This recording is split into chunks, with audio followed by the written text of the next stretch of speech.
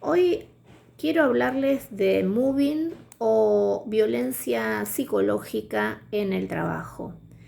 Para iniciar, una frase de Heinz Lehmann, que es uno de los especialistas en este tema, y en su libro Moving, la persecución en el trabajo, de 1996, dice que en las sociedades de nuestro mundo occidental altamente industrializado, el lugar de trabajo se constituye el último campo de batalla en el que una persona puede matar a otra sin ningún riesgo de llegar a ser procesada en un tribunal.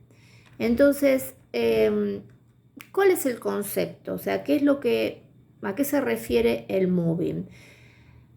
El moving es acoso laboral, por supuesto, violencia psicológica en el ámbito del trabajo, pero de acuerdo con este autor, Heinz Lehmann, nos referimos a un tipo de situación comunicativa que amenaza con infligir a un individuo dentro del trabajo graves daños psíquicos.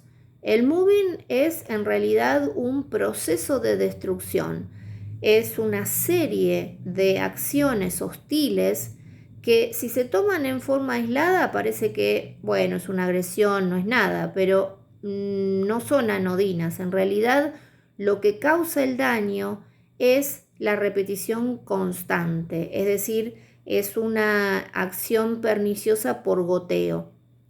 Entonces, el concepto de moving se define por el encadenamiento a lo largo de un periodo de tiempo que puede ser corto o largo, no importa, pero es un periodo de tiempo en el que se suceden por goteo acciones hostiles, ya sean expresas o pueden ser insultos, pero puede ser que no, pueden ser solapadas, insidiosas, de las personas que, bueno, trabajan con la víctima, ya sea en su mismo equipo de trabajo o no, pero el tema es que se da siempre dentro del ámbito laboral. El Premio Nobel de Medicina de 1973, Konrad Lorenz, fue el primero en introducir este término, el término moving. En realidad se refería al comportamiento agresivo de grupos de animales con el objetivo de echar a alguno que formaba parte de ellos pero que no lo querían y que lo consideraban un intruso. Entonces, para excluirlo, lo atacaban. Y el psicólogo alemán Heinz Lehmann aplica luego en la década del 80 este concepto a las organizaciones y desde ese momento hasta ahora se utiliza este término para denunciar, divulgar, comunicar lo que supone un abuso de poder o directamente una tortura psicológica y el maltrato psicológico a las personas dentro de sus ámbitos laborales. Algunas estadísticas con respecto al acoso laboral. Un 8% de los trabajadores europeos están acosados psicológicamente, de acuerdo con las conclusiones de la tercera encuesta sobre condiciones de trabajo en la Unión Europea. En España, el 5% de los trabajadores sufre de acoso psicológico, según la Fundación Europea para la Mejora de las Condiciones de Trabajo. Según la encuesta Cisneros 2, 1 de cada 3 trabajadores ha sido víctima en algún momento de maltrato psicológico. En la Comunidad Europea, entre el 11 y 16% de los trabajadores es víctima o ha sido víctima de acoso psicológico. También se han denunciado bajas por motivos psicológicos, o por acoso o por humillaciones que ejercen los mandos medios o los superiores directivos contra los inferiores. Y en el ámbito donde más se ve en la Unión Europea, donde más se ha medido y hay estadísticas alarmantes, es en los ámbitos universitarios, entre los profesores universitarios y en el ámbito hospitalario con respecto a las enfermeras. Bueno, vamos a hacer una distinción de algunos términos que pueden encontrar que parecerían que hacen referencia a lo mismo, pero no son lo mismo. Moving, como les dije, viene del inglés to move, que es ser atropellado o atacado por la multitud. Después tenemos el bullying, que también se refiere a lo mismo, humillaciones, vejaciones, acoso psicológico, pero una violencia ejercida dentro del ámbito escolar por los integrantes de la propia organización escolar. Y bueno, estos términos en realidad son muy similares. Lo que sucede es que, bueno, como es el ámbito de aplicación, es diferente. Ahora, algunos sinónimos de moving lo podemos encontrar como acoso moral, por ejemplo, Marie-France Irigoyen, esta psiquiatra francesa, no lo llama moving, sino acoso moral, también hostigamiento laboral, intimidación en el trabajo, maltrato psicológico en el trabajo y por supuesto violencia psíquica, ¿no es cierto? Bueno, una diferencia que quiero hacer, que quizás le escuchan por ahí, el síndrome de burnout. En realidad se puede dar ese síndrome por el hostigamiento y el maltrato psicológico, pero en realidad este síndrome es un estado de fatiga crónico o frustración que se produce por el estrés de dedicarse exclusivamente al trabajo sin tener una compensación o sin conseguir la compensación deseada, ¿no es cierto? Y también el moving no hace referencia a las conductas físicas violentas, a la violencia física laboral, conductas violentas de tipo físico no estarían incluidas en el moving. Moving se refiere a el ataque, el maltrato psicológico por, como dijimos, por goteo, ¿no? Eso es algo que lo caracteriza, que son conductas que pueden parecer aisladas, pero en realidad si uno observa la secuencia va a ver que son continuadas, repetidas en el tiempo. Pueden ser diferentes tipos de maltrato, acoso, etcétera, pero siempre son repetidas en el tiempo por goteo, ¿no? Casi como que la víctima en algún momento de tranquilidad puede estar, no sabe cuándo, mejor dicho, ¿no? No sabe cuándo puede aparecer esa conducta de hostigamiento. Bueno, ahora, el proceso de moving tiene diferentes etapas, o sea, va pasando por diferentes etapas. Y estas etapas son 4. La primera etapa es la etapa que llamamos de fase de conflictos o incidentes críticos. La segunda es la fase de acoso o estigmatización.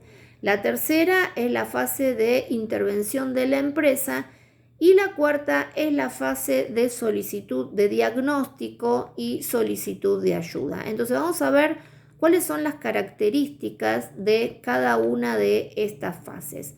La primera fase de incidentes críticos se caracteriza por lo siguiente. En un momento determinado se produce un cambio repentino en la relación profesional o personal, ¿no? Siempre dentro del trabajo.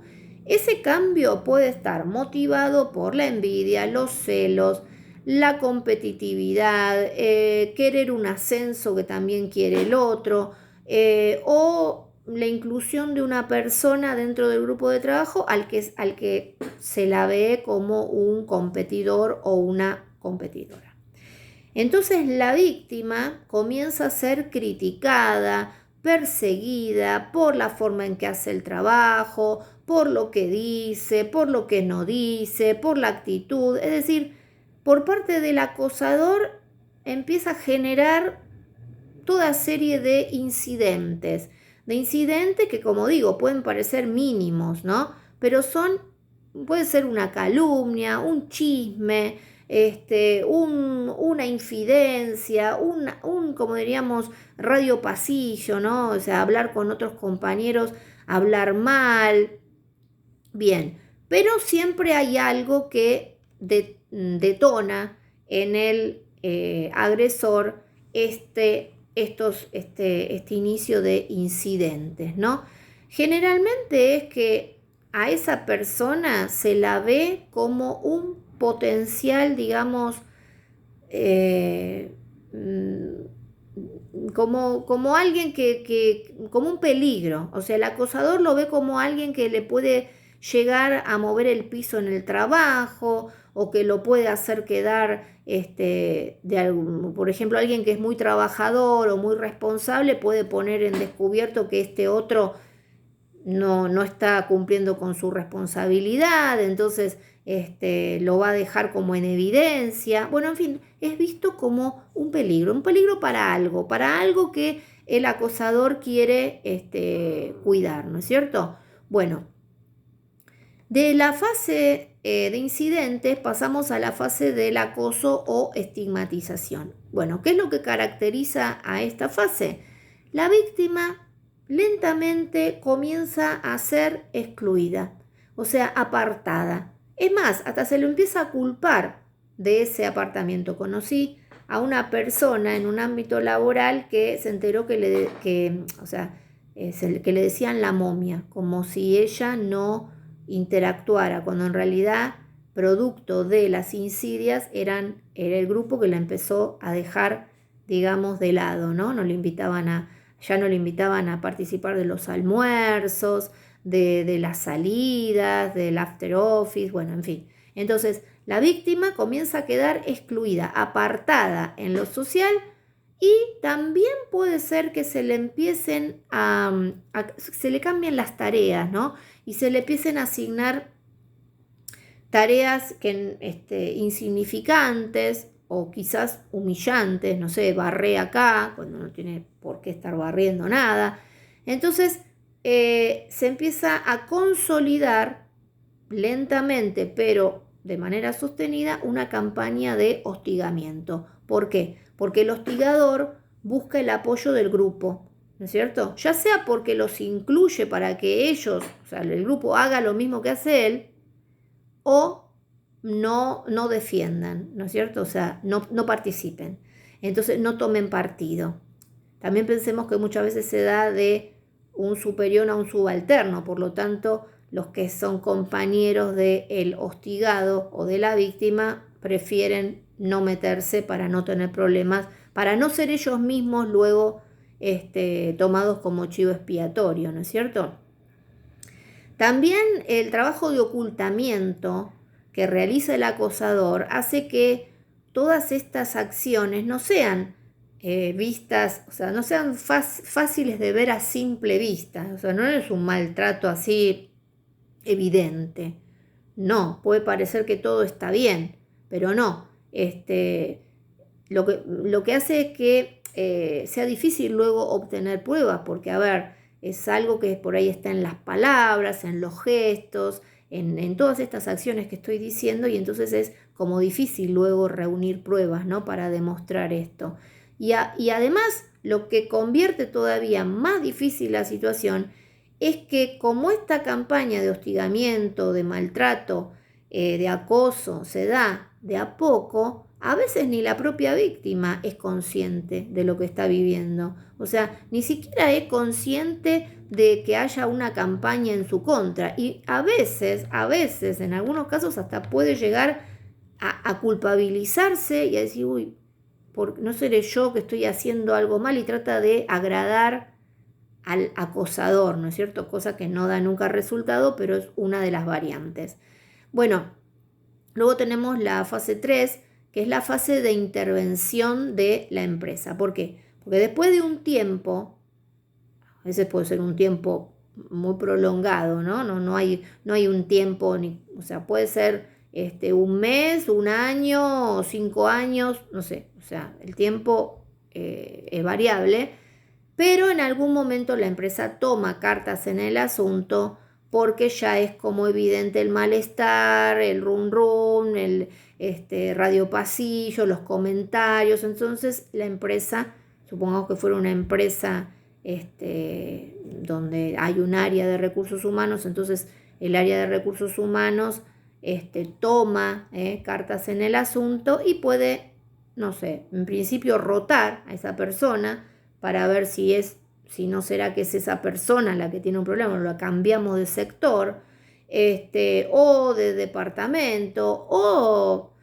tratan de llegar a un arreglo amistoso, o bueno, a veces directamente es el despido. Si se recuerdan en los materiales de estudio de mediación empresarial, resolución de conflictos empresariales, tenemos un caso justamente de acoso laboral, el caso de jubilado en el puesto, ¿no? Bueno, ahí el análisis de ese caso es bien esclarecedor de esta intervención cuando interviene la empresa.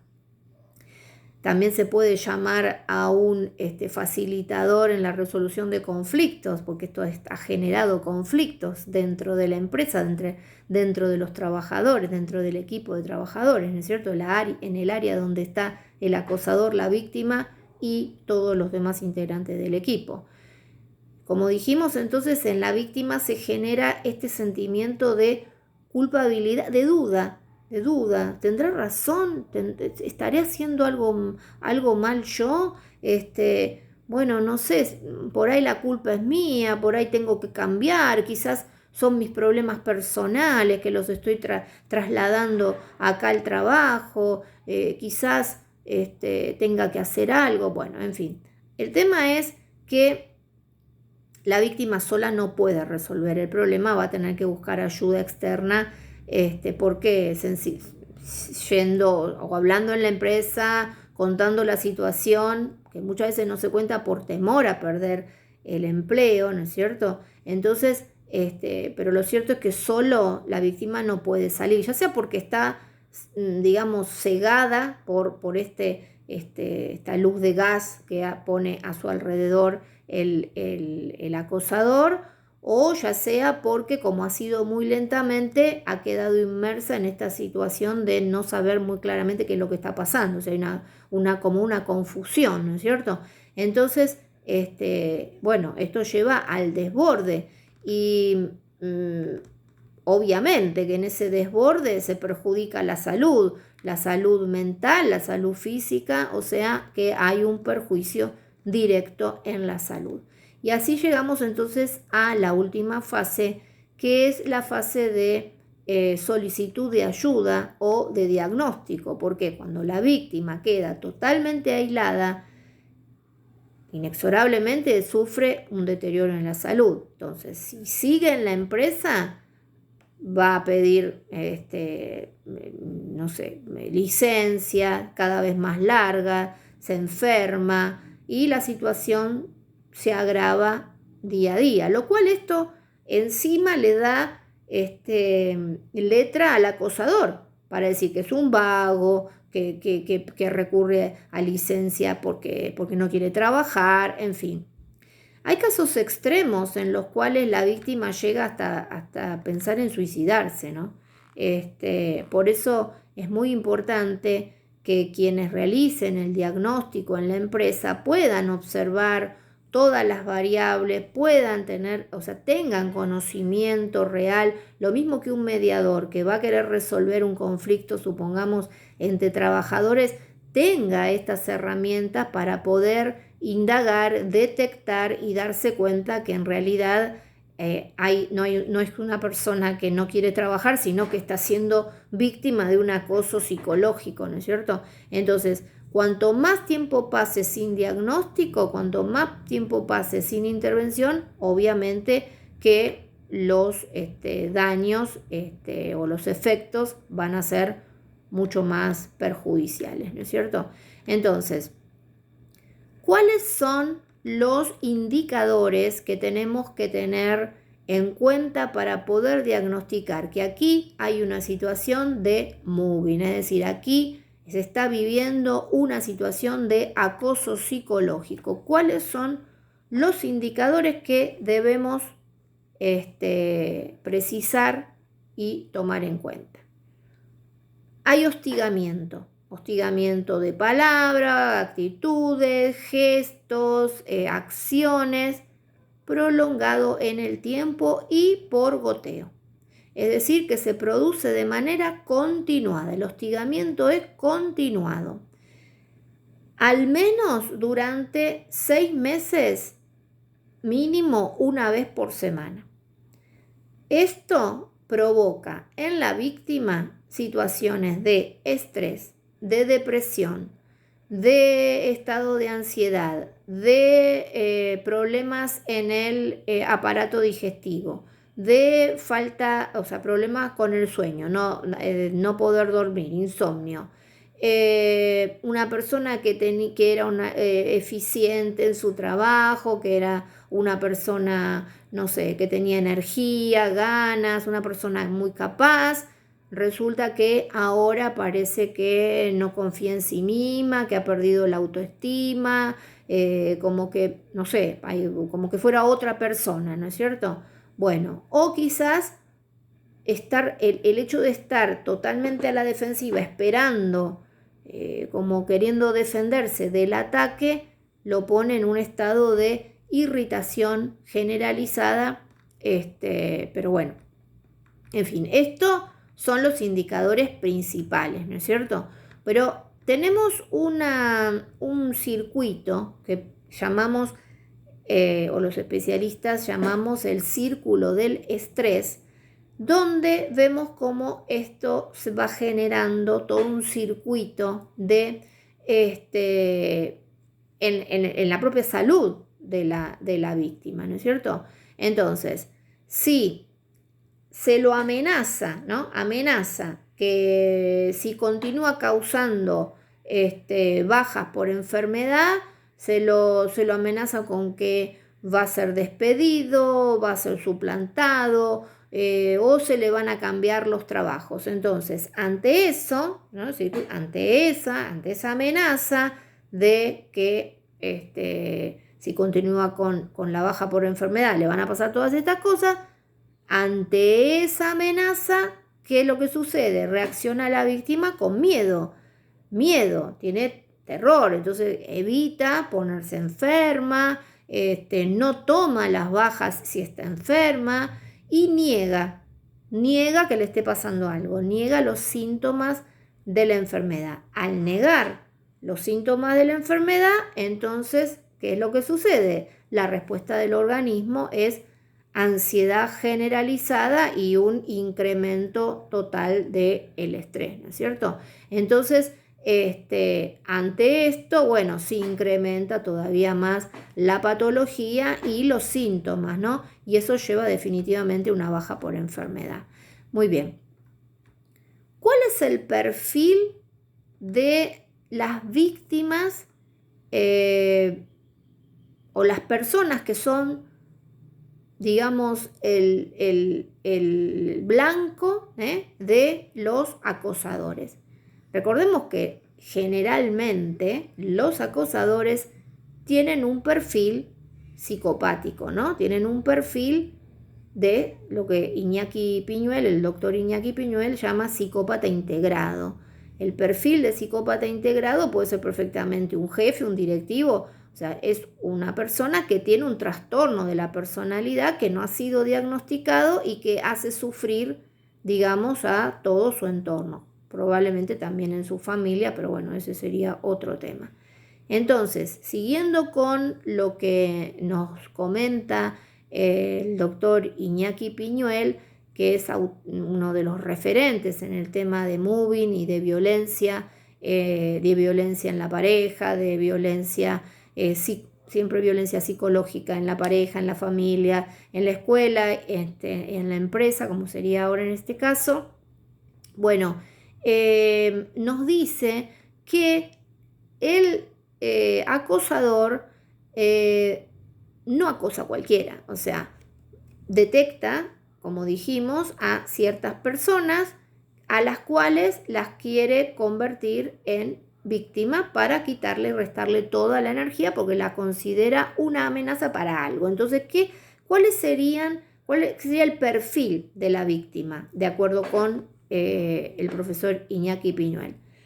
Algunas características: un elevado nivel de ética, una persona honrada, con un alto grado de rectitud o sentido de justicia, una persona autónoma, independiente, una persona con iniciativa, con proactividad, una persona que tiene alta capacitación profesional. Supongamos que es profesional universitario y su jefe no lo es.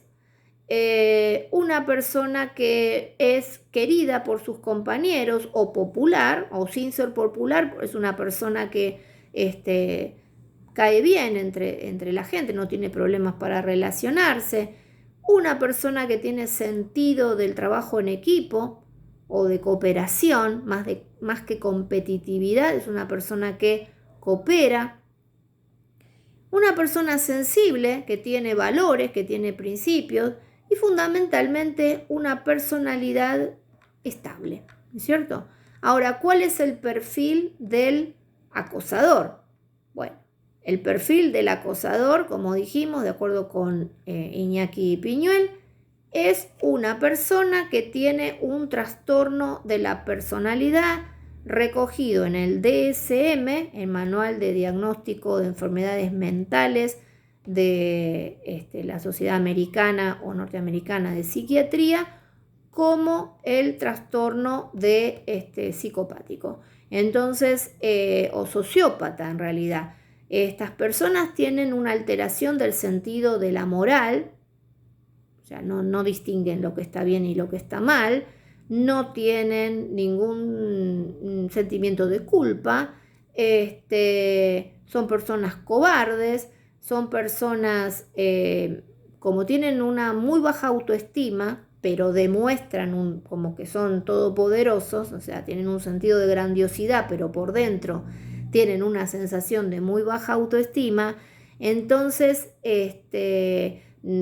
tienen, digamos, quieren esconder, ¿no? Como un secreto que quieren esconder y, bueno, en ese son mentirosos compulsivos, personas mediocres, y digamos que son mediocres, como diría Iñaki Piñuel, mediocres inoperantes activos, ¿no es cierto? Bueno, ¿cuáles son los efectos del acoso psicológico o mobbing? Bueno, ya dijimos algunos, pero los vamos a refrescar.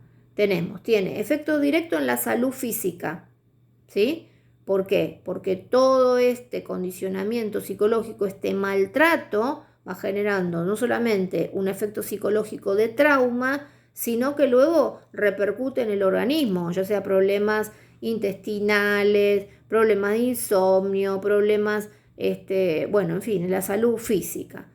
A su vez, la persona no es un compartimento estanco, no somos un compartimento estanco, o sea que del trabajo yo traslado, ¿no? Traslado este problema a mi familia, a mis relaciones interpersonales. También puede tener efectos en la economía de la víctima. ¿Por qué? Porque pide baja, o lo suspenden, encima lo sancionan, ¿no es cierto? Y efectos en la vida profesional, porque como dijimos, una persona que era capaz, preparada, eficiente, bueno, de repente parece como que pierde todas sus capacidades, ¿no es cierto? Entonces como que se vuelve, como que queda, no sé, como que perdiera su capacidad, su inteligencia, sus conocimientos, ¿no? Bueno, en fin. Entonces, algunos de los efectos en la salud física, por ejemplo,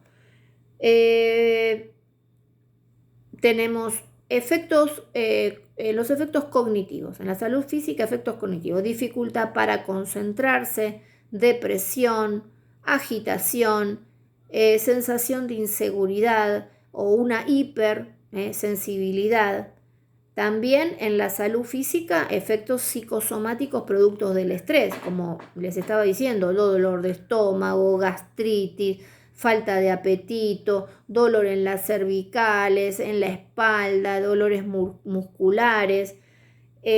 También se puede dar como físico un desajuste en el sistema nervioso y entonces aparece sequedad en la boca, muchas palpitaciones, sudoración, falta agobio, ¿no? Como que falta el aire y los trastornos del sueño, insomnio, dificultad para conciliar el sueño y a veces algo que no es muy detectable como un síntoma, digamos,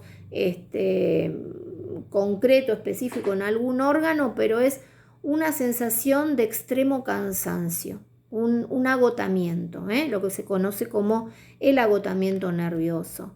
Bien, y en los efectos psicológicos derivados del acoso tenemos el estrés postraumático, es decir, quedar en, o sea, este trauma, ¿no es cierto?, ha generado esto que se llama el estrés postraumático, el síndrome de fatiga crónica, cambios en la personalidad, volverse depresivo, obsesivo, y en casos extremos ya les comenté el intento de suicidio o por lo menos el pensamiento en el suicidio, ¿no? También hablábamos de los efectos en las relaciones interpersonales y dijimos que cambia la vida para la víctima, empieza a cambiar su manera de relacionarse tanto con su entorno social como con su familia. Puede sufrir la exclusión, el rechazo de los compañeros, la incomprensión de su familia, el divorcio, la ruptura con el cónyuge que no entiende lo que está pasando. Entonces, como que la víctima encima de todo queda totalmente aislado, tanto social como familiarmente. En los efectos en la economía puede sufrir reducción en el salario, abandono voluntario, despidos con o sin indemnización, incapacidad para trabajar, dificultades para encontrar otro empleo, tener que vender cosas, tener que vender propiedades quizás para poder solventar todas los gastos que enfrenta nuevo, o quizás si inicia juicio, en fin. Entonces, en la esfera profesional es como que la víctima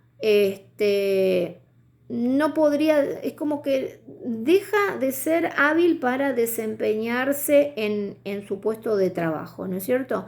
Entonces, como se reduce tanto su autoestima con estas acusaciones mentirosas y malévolas del hostigador, quién sabe, la calidad del trabajo realmente empieza a perder calidad, ¿no es cierto? Pero como dijimos al principio, es como un crimen que queda impune porque no, el acosador no deja huella, ¿no es cierto? Entonces, ¿por qué la víctima no busca, digamos, ayuda? Bueno, como dijimos, básicamente por miedo. Entonces, ¿qué es lo que tendríamos que hacer para prevenir el moving dentro de las empresas?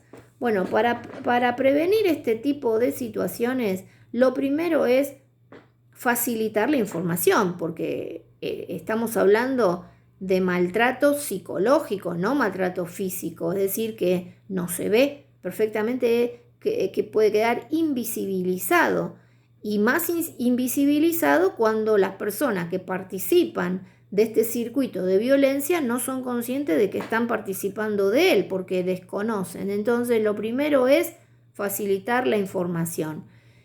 Facilitar la información se puede hacer de muchas maneras, con apoyo, orientación, condiciones de trabajo estables, hay que tener algo en claro, la víctima nunca es culpable, la víctima es víctima. Lo que sí tiene la víctima es la responsabilidad de informarse y de sanarse. Porque, a ver, ¿es víctima? Sí. ¿Es culpable? No. ¿Tiene algún tipo de no es responsable de lo que el otro le está haciendo, pero sí es responsable de salir de esa situación? Y en ese punto es donde la empresa puede hacer mucho para que las personas se responsabilicen, entiendan lo que esté pasando, no tengan miedo y tengan dentro de la misma empresa un lugar, un sector o una,